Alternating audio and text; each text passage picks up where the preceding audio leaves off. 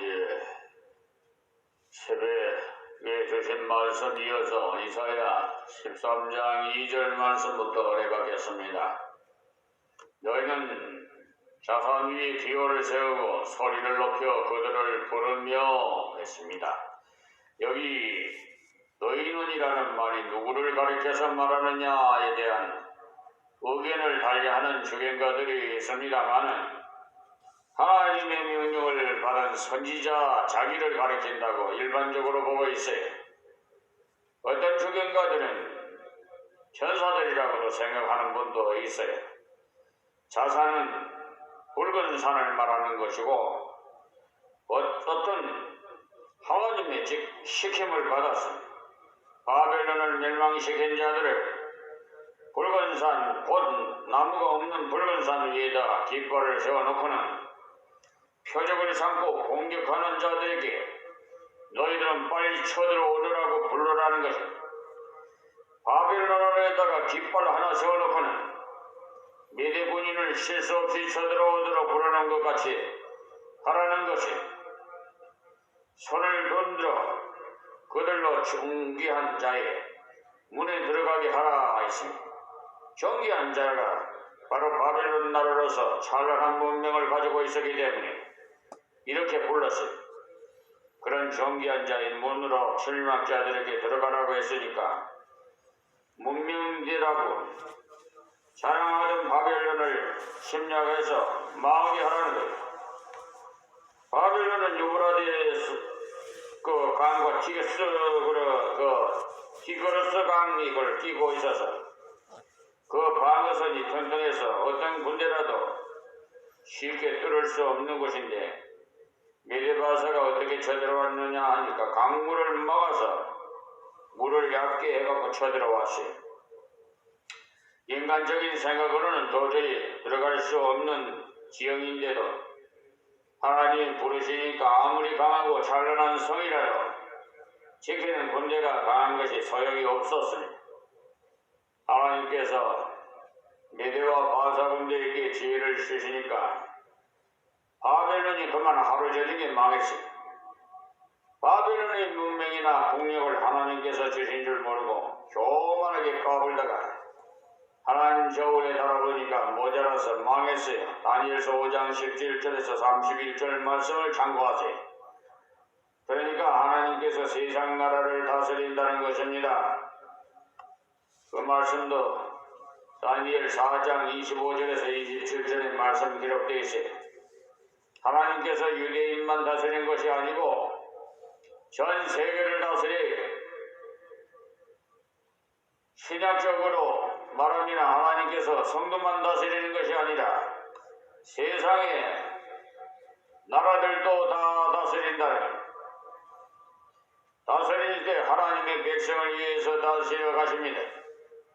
그러니까 바벨론이 망하는 것은 저들이 교만도 했지만 하나님의 백성들을 포악하게 다루어 괴롭히기 때문에 유대인들을 바벨론에 포로 잡혀가게 하신 것은 무작정 거기서 고생만 하라고 보낸 것이 아니고 고생하는 중에 저들이 하나님 앞에 자신들의 잘못을 깨닫고 회개하라고 보냈어요. 그런데 바벨론이 유대 민족을 너무나도 혹독히 대했어요. 그러니까 2절의 말씀을 한마디로 세상을 하나님이 다스리신다는 것입니다. 전쟁도 하나님께 속했고 하나님의 백성을 괴롭게 하는 자는 반드시 간섭하신다는 거예요. 성도가 하나님 앞에 합당히 살아가고 있는데 성도를 괴롭히는 자는 하나님이 철저히 간섭하실 겁니다. 그러나 하나님의 자녀답지 못할 때 괴롭히는 자도 결국은 간섭하세요. 다음 3절 말씀. 내가 나의 거룩히 구별한 자에게 명하고 나의 위협을 기뻐하는 용사들을 불러 나의 노를 풀게 하였느니라 하시오. 바벨론을 치러 오게 된 메대 군사들은 하나님이 거룩히 구별한 자라고 했는데 하나님의 뜻을 이루는 일에 참여했기 때문에 이렇게 표현했어요. 이사야 45장 1절에 바사왕인 고레스를 나의 기름받은 고레스라고 했습니다. 고레스는 유다인을 귀환하게 한 왕이기 때문에 그렇게 불렀어요. 메대왕 바리올은 바벨론을 쳐서 이긴 왕인데 그들은 하나님의 구별해서 세운 자라는 거예요. 그리고 고레스는 특별히 유대인을 돌려보냄으로써 더욱 존귀한 이름을 준 것입니다. 이방인일지라도 하나님의 이대 쓰임을 받을 때는 이렇게 귀한 이름을 주었어요. 그러니까 주의 백성의 주의 이름으로 순종하면 얼마나 존귀한 자로 여기겠어요. 메대바사가 바벨론에 쳐들어와서 참으로 이상하게도 유대인들이 고국으로 돌아가게 합니다. 그러니까 이 메대바사가 바벨론에 쳐들어온 것은 바벨론을 망하게 하는 것과 원래 하나님의 백성을 약속의 땅으로 돌려보내고자 쳐들어왔다는 것. 그러니까 우리가 성경을 볼 때는 언제든지 역사를 복합적으로 봐야 합니다. 우리가 포로기한 기록을 쓴 예스라가 쓴 기록을 읽어보시면 깜짝 놀라는 사실을 바사왕 고레스 원년의 유대인들에게 너희는 다 본토로 돌아가되 유대에서 가져온 그릇 전부를 가져가라. 또 바벨론에서 모은 돈도 다 가져가라. 너희 중 돌아가지 않고 여기 그대로 사는 자들은 본국으로 돈을 보내 성전 건축을 도우라고 했으니까 이런 임금이 세상 어디에 있겠어요? 에스더 1장 1절에서 11절의 말씀이 되어 있어요. 이뿐만 아니라 위임장을 써주면서 그 이웃나라에 가서 목재를 얻어가라고까지 했는데 하나님을 모르는 왕이 어찌 이럴 수 있겠어요? 하나님이 특별히 간섭하시기 때문 아닙니까? 하나님께서 메대바사를 사용해서 바벨론을 멸망시키고 유대인을 해방시키고자 하셨는데 하나님께서는 언제든지 구원과 심판을 같이 행하십니다.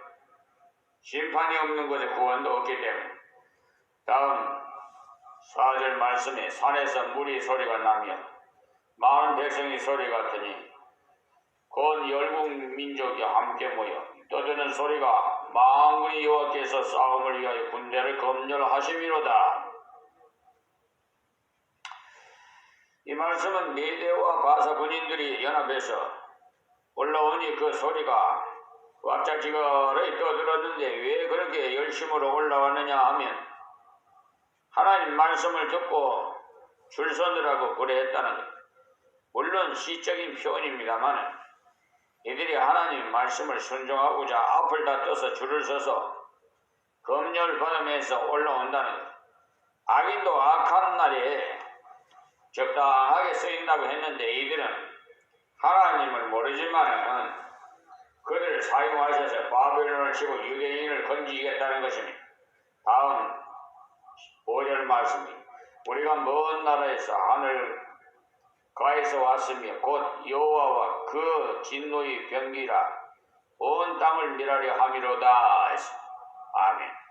이스라엘에게서 생각하면은 메대나 바사 그리고 바벨론이 다 엄청난 거리에 있는 곳입니다.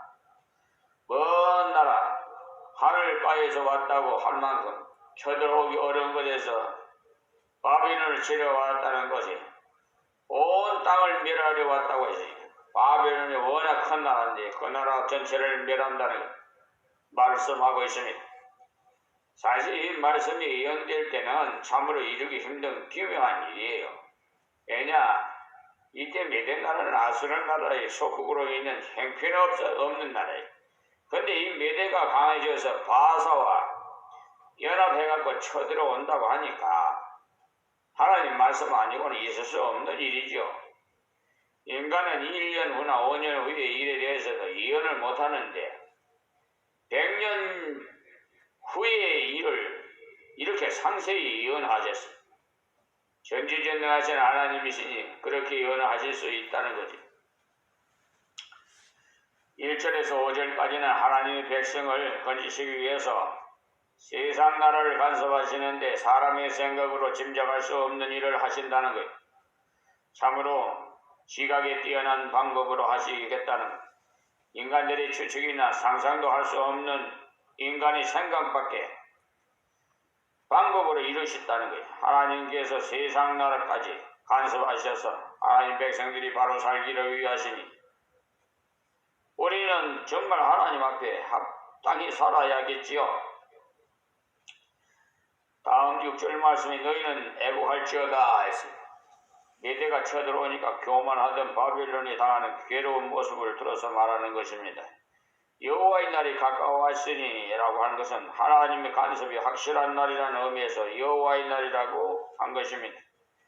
전능자에게서 멸망이 임할 것이므로다 라고 했어요. 바벨론의 멸망은 분명한 하나님의 간섭이라는 사실. 그래서 바벨론에게 너는 교만해서 꺼져버리지 말고 애고하라고 책망을 한 것입니다. 회개가 있으면 소망이 있기 때문에 야고보서 4장 8절에서 10절 말씀을 참고하시기 바랍니다. 그리고 7절 말씀에는 그러므로 모든 손이 피곤하여 각 사람의 마음이 녹을 것이라 해서 멸망을 알았기 때문에 낙담하는 모습을 그리는 것인데요. 맥이 다 풀릴 수밖에 없는 것이 바빌론이 망하는 날의 기록을 읽어보면 예루살렘 성전에 가져온 그릇으로 술을 따로 마시고 금은 동, 철, 목석, 우상을 노래하다가 맞은편 벽에 글씨가 나타나서 수라장이 띄었지요. 다니엘서 5장 1절에서 9절에 기록되어 있습니다. 술로 정신이 오락가락할 때 수로를 따라 메대가 쳐들어옴으로써 그날 밤에 벨사살 왕도 그곳에 있었던 귀족들도 다 함께 죽었어요. 자기들 생각대로 살았는데 생각지도 못한 방법으로 죽게 됐으니 손이 풀릴 수밖에 없지요. 거기다가 마음이 물같이 녹아서 포기함으로써 대항도 해보지도 못하고 죽임을 당했습니다. 인간이요 참 강한 것 같지만 어떻게 보면 파린 목숨보다도 더 약해요. 바벨론같이 그 큰 나라가 어찌 그렇게 쉽게 망하겠어요. 그것은 순전히 하나님의 간섭이기 때문에 자신이 지휘자라는 식으로 교만하게 굴던 자는 어려움을 당하면 다른 사람보다 더 힘이 없어요.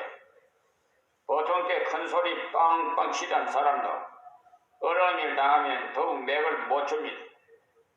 어려운 가운데서 힘들게 살아온 겸손한 사람은요, 어려운 일을 당해도 하나님을 의지하면서 이겨나갈 수 있게 하시고, 평소에 거들먹거리는 사람은 물질 하나가 무너지든지 아니면 건강 하나가 무너지도 영 맥을 못 쳐요.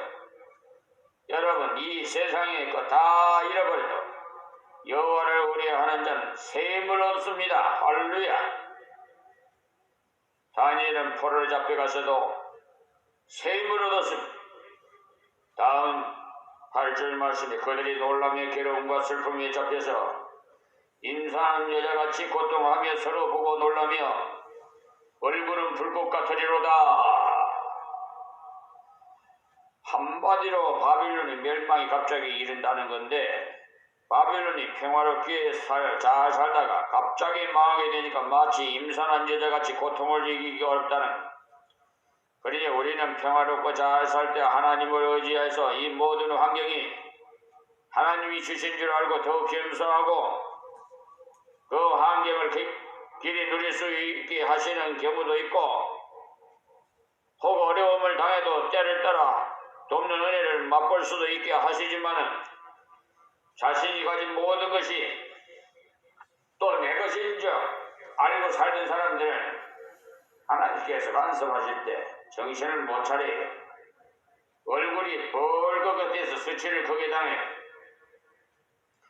그들이 너무 자만했다가 갑자기 망하게 되니까 수치스러워서 얼굴이 불꽃처럼 되더라는 거예요. 다음 9절 말씀이 여호와의 날 곧 잔혹의 분량과 맹렬히 노하는 날이 임하여 땅을 황무케 하며 그 중에서 주인을 멸하리니. 교만한 자에게 사랑이 많으신 하나님이시라도 사랑과 반대인 잔혹과 분냄이 맹렬해서 심판으로 간섭하신다는 하나님의 권고를 듣고도 무시하고 교만이 계속되면 때가 되면 돌이킬 수 없는 이런 비참한 심판을 받습니다. 그래서 바벨론도 항구지 되어버렸잖아요. 다음 10절 말씀에 바벨론은 별들과 별떨기가 그 빛을 내지 아니하며 해가 돋아도 어두우며 달이 그 빛을 비치지.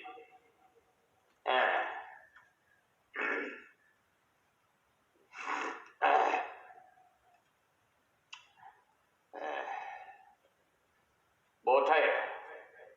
그러니까 다 하나님께서 우리에게 주신 일반적인 은택이 햇빛이 없으면 이 땅 위의 생물은 아무것도 살 수가 없어요. 그러니까 햇빛, 별빛, 달빛은 하나님 주시는 은총의 대표적인 대명사. 하나님께서 그 은총을 심판의 날에는 다 거두시겠다는 것. 하나님께서 은총을 계속 베푸셨는데도 그것을 계속 계적했기 때문에 이것은 주님이 재림하시는 세상의 마지막 날에도 이루어질 겁니다. 질 것이 아니라 집니다. 예언은 대개 이중성을 띠고 있어서 한 번 이루어지고 또 마지막 때에 이루어지는 것이 많아요. 여기 예언도 바벨론의 멸망의 때에 이루어지지만 세상 끝에도 심판의 때이기 때문에 이런 현상이 일어나게 되는 것입니다. 다음 11절 말씀. 내가 세상의 악한 악과 악인의 죄를 보라며 교만한 자의 오만을 끊으며 강포한 자의 거만을 낮출 것이며 했습니다. 이 말씀은 바벨론 원망의 그 멸망의 근본 원인이 교만에 있다고 했어요. 이들이 악하게 된 것도 교만했기 때문에 자기를 바르게 알지 못하기 때문에 인간이 교만하게 돼요. 자신이 피조물이라는 것을 알지 못하기 때문에 껐덕거리고 지금도 이 세상 사람들 권력을 가지고 껐덕거리고 있는 사람들이 있어요. 그 자리 뭐 평생 있을 줄 아는데 하나님 심판하시면 그냥 싹 다 멸망받을 수밖에 없는 것들이 껐덕거리고 있는 거 보면 가스럽고 가증스러워. 죄인이란 사실을 모르기 때문에 교만하게 되는 거지. 인간은 능력이 한계가 있다는 사실을 모르기 때문에 자꾸 높아지려고 해요. 그러나 인간은 한계가 있어요. 인간은 피조물이고 죄인이. 그렇기 때문에 하나님을 의지하고 겸손히 하나님 말씀을 들어내야 하여 거만한 자는 똑똑하고 능력 있는 자는 자기뿐이라 생각해서 안한무이니. 그 때문에 거만한 자가 많이 생기면 교회는 고통스러워요. 어디나 마찬가지나 더욱 교회 안에 교만한 자, 오만한 자가 많으면 큰 문제예요. 우리 대한민국이 이참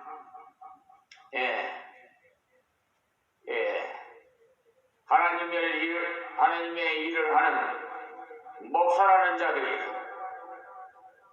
껐덕거리면서 정치에 개입하고 참 어처구니 없어요. 잘난 체하고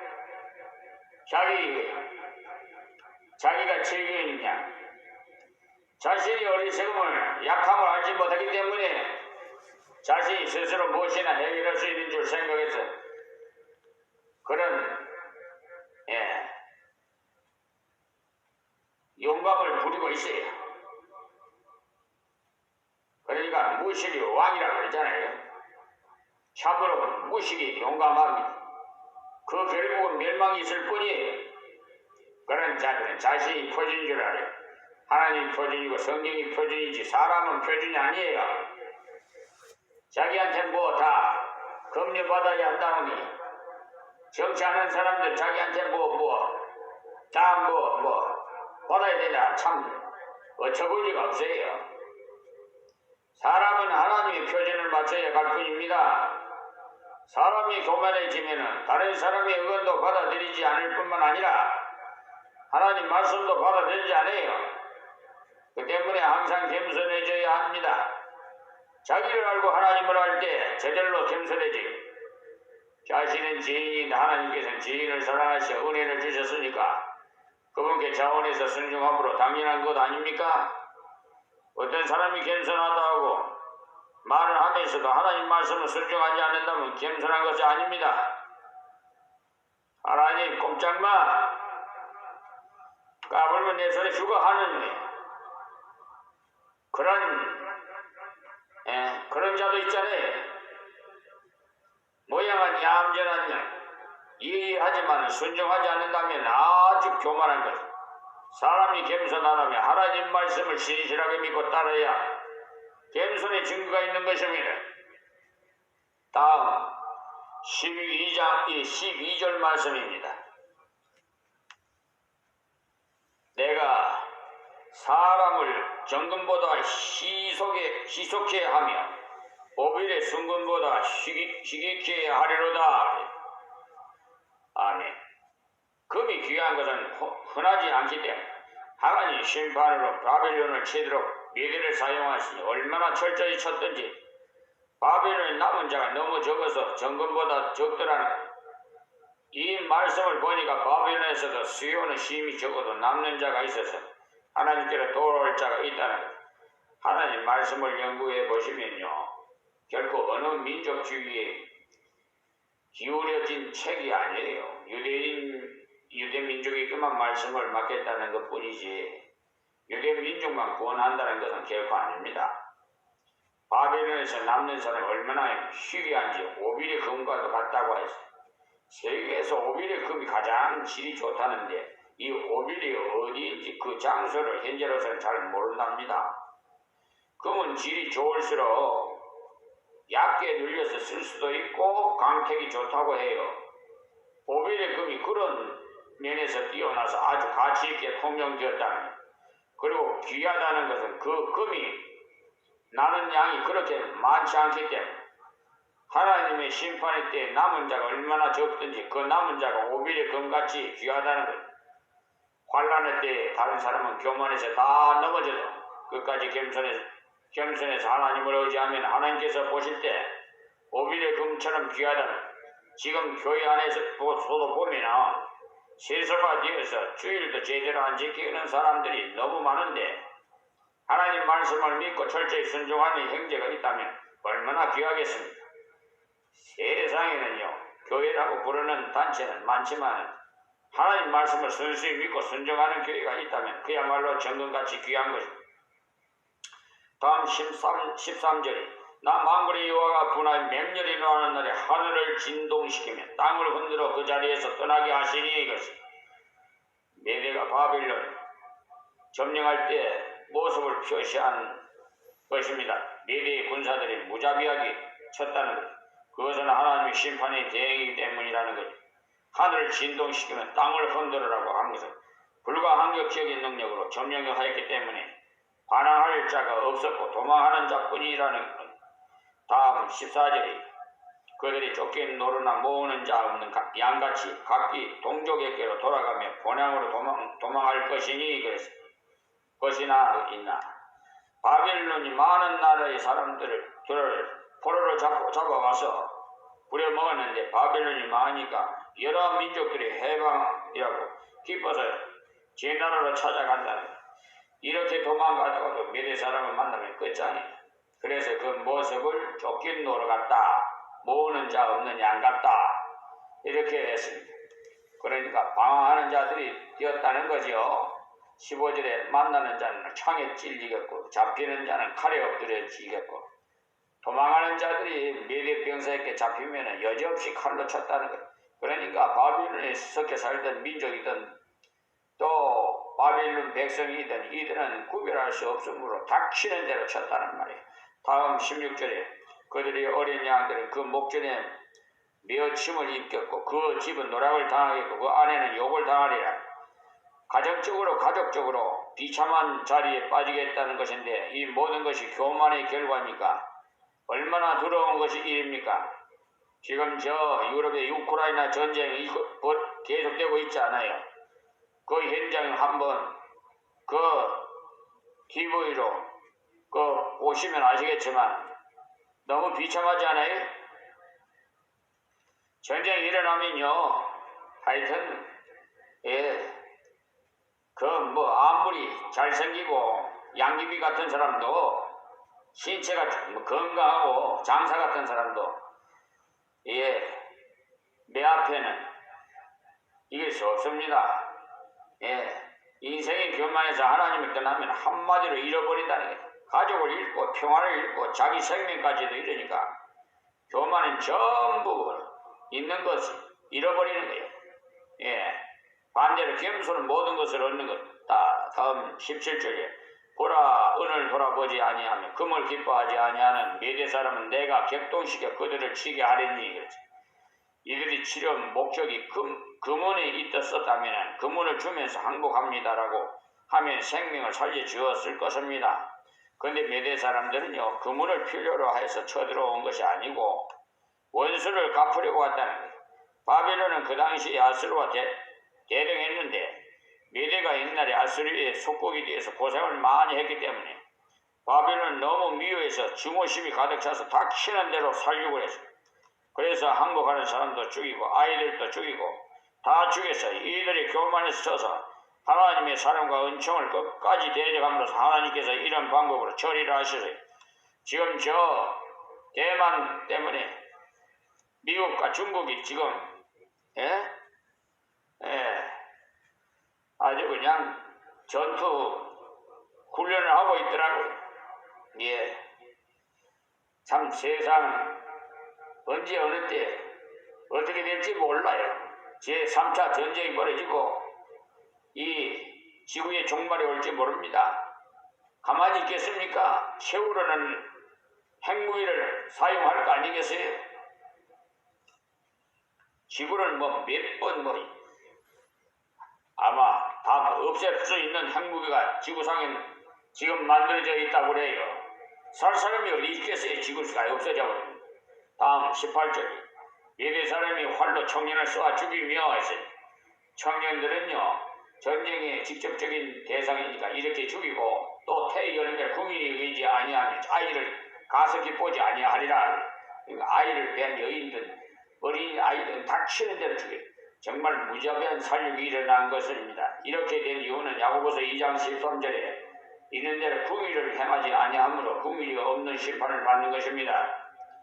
바벨론이 교만하고 거만하니까 남을 불쌍히 여기지 않더니 결국 자기도 불쌍히 여김을 받지 못하는 거예요. 다음 19절에 열국의 영광이 갈대 사람이 자랑하는 놀이개가 된 바벨론이 하나님께 멸망당한 소돔과 고모라 같이 되리니 그랬어요. 세상 나라가 바벨론이 뿌려져서 바벨론에 한번 가보았으면 하던 그 영광이 또 즐기고 놀고 하던 향락의 도시가 소돔 고모라처럼 멸망을 당하게 하겠다는 거예요. 소돔 고모라는 타락해서 죄악이 관영하여 또 의인을 학대했기 때문에 망했는데 이 바벨론도 그처럼 된다는 거예요. 소돔과 고모라는 오고 오는 모든 사람들에게 하나님의 심판의 본보기로 성경 말씀을 기록해 두셨는데 바벨론도 마찬가지로 겸손함이 하나님께서 많은 것으로 채워주시지만 교만함이 이처럼 남에게 손가락질을 받는데 소돔 고모라는 지금까지 손가락질을 받고 있지 않습니까? 그때 거기에도 무엇이 없어서 망했습니까? 의인 10명이 없어서 소돔과 고모라는 영원히 망한 거지. 우리는 의인의 반열 참여하는 자가 되어야 해. 다음 20절이에요.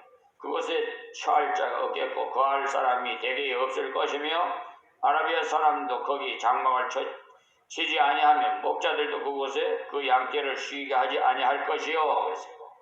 그러니까 아라비아 사람들은 사막의 유목민족이니까 때문에 소위 말하는 집시들로서 유랑민족이라서 모입심도 많아서 험준한 곳에 쉽게 가는데 피해가 된 바벨론에는 무서워서 못 들어간다는 거예요. 이 말씀이 문자대로 이루어져서 지금까지도 그곳에는 사람들이 무서워서 못 들어간답니다. 고고학자들이 이 바빌론을 발견했는데 들짐승들이 많아서 관광객들도 밤에는 못 들어간다. 고적으로 손볼 수도 있을 법한데 폐허 그대로 있다는 그 이유는 하나님 말씀 문자들을 그대로 다 이루어졌기 때문에 미국의 어떤 성경학자가 연구하기 위해서 그곳에 갔다가 오후 서너 시가 되니까 안내하던 아라비아인이 빨리 돌아가자고 하길래 밤이 되면 여기에 천막 치면 될 텐데 했더니 한사건 무서워서 안 된다고 하더라. 지금으로부터 2700여 년 전의 예언인데 그대로 이루어졌으니까 하나님 말씀 안 읽어서야 그런 일이 있을 수 있겠습니까? 21절에 오직 들짐승들이 거기 엎드려져 부르짖는 짐승이 그 가옥에 충만하며 타조가 거기 깃들이며 들량이 거기서 뛸 것이요. 사막에서 사는 짐승들이 우글거리겠다니 철저한 패망을 말하는 것이죠. 다시 재기하지 못한다는 하나님의 간성이 이토록 철저한 것입니다. 22절에 그 궁성에는 사랑이 부르짖을 것이요 화려한 전엔 들개가 울 것이라. 그의 때가 가까우면 그의 날에 오래지 아니하리라. 이 사랑이란 승냥이와 이 시랑이라면 시랑이라는 건 승냥이나 이를 총칭하여서 말하는 건데 사람을 괴롭히는 악한 짐승을 말해요. 초래 가면은 납달발이라는 소리를 하는데 그런 짐승을 말해요. 또 들깨도 아주 기분 나쁜 짐승으로서 이세벨이 죽었을 때 이 들깨가 다 뜯어먹었어. 바로 늑대와 비슷한 것으로서 소리도 기분 나쁘죠. 그런 짐승이 그 화려하던 곳에 들짐승들이 소굴이 되겠다니까 한마디로 교만의 결과가 이렇다. 바벨론 멸망의 이유를 크게 나눠보면 첫째가 우상숭배. 우상숭배는 탐욕에 나오는 게 자기 욕심을 채우려고 자기 마음에 드신 신을 만들어가 섬기려고 우상을 만들어서 숭배를 하였으니 결국은 자기를 위해서 신을 이용하려는 어리석음에 나온 것이야. 또 한 가지는 교만에서 이런 결과가 왔어. 인간이 무지하기 때문에 교만해지. 자기를 알지 못하고 하나님을 알지 못하게 교만해집니다. 우상 숭배에서 멀어지는 길은 하나님 말씀을 따라 은혜를 따라 바른 길뿐 없습니다. 하나님의 은혜를 발견하면 만족해서 탐욕이 생기지 않아요. 적게 가져도 하나님 주셨다는 것을 바르게 알면은 만족해집니다. 그러나 많이 가져도 뼈 빠지게 일해서 모은 것이라는 생각을 가지면 점점 더 갖고 싶어져요. 왜냐? 자기보다 더 가진 자가 주위에 항상 있기 때문에 탐욕을 세울 길이 없어요. 자칫하면 성도들도 탐욕에 빠지기 쉬운데 하나님 주신 것을 자주 헤아려서 감사할 때 그런 탐욕에 쉽게 빠지지 않습니다. 하나님 주신 은혜를 자꾸 살펴볼 때 탐욕은 사라지고 감사가 나옵니다. 오늘은 여기서 말씀했습니다. 하나님 감사합니다. 고맙습니다. 이 새벽에 주신 말씀 유튜브를 통해서 세계 만민들이 귀가 열려 듣게 하여 주옵시고 하나님 앞에 겸손한 자가 되게 하옵시고 하나님을 경외하며 그 명령을 순종하는 자들이 다 되게 하여 주시옵소서. 아버지여 이 나라 이 민족 후보 살펴 주시옵시고 아버지 어서 독생자 보내주셔서 이 세상을 마지막 심판하시옵소서. 예수님의 이름으로 기도하옵나이다. 아멘.